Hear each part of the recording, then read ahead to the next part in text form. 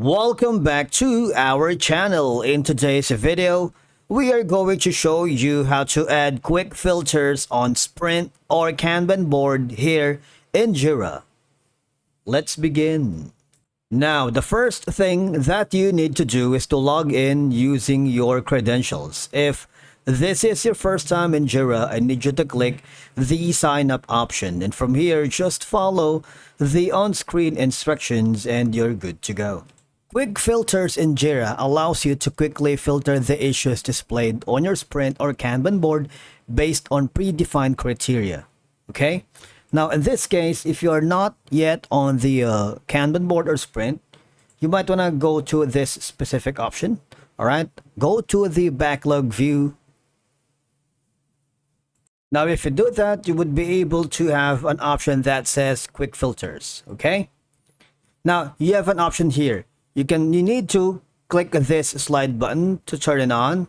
All right, so you have like only my issues or the recently updated. All right, you can click that, and of course you can also click on that as well. Now, as you can see, if you get an error like this one, make sure that you have administrative privileges in doing so. All right, but in this case, if that's the case, you might want to create a new project from scratch. Go to projects and create a project. What we're going to do is to create a Kanban, and then we're going to use a template that is a company managed project. All right, in this case, I'm going to be using this one for now.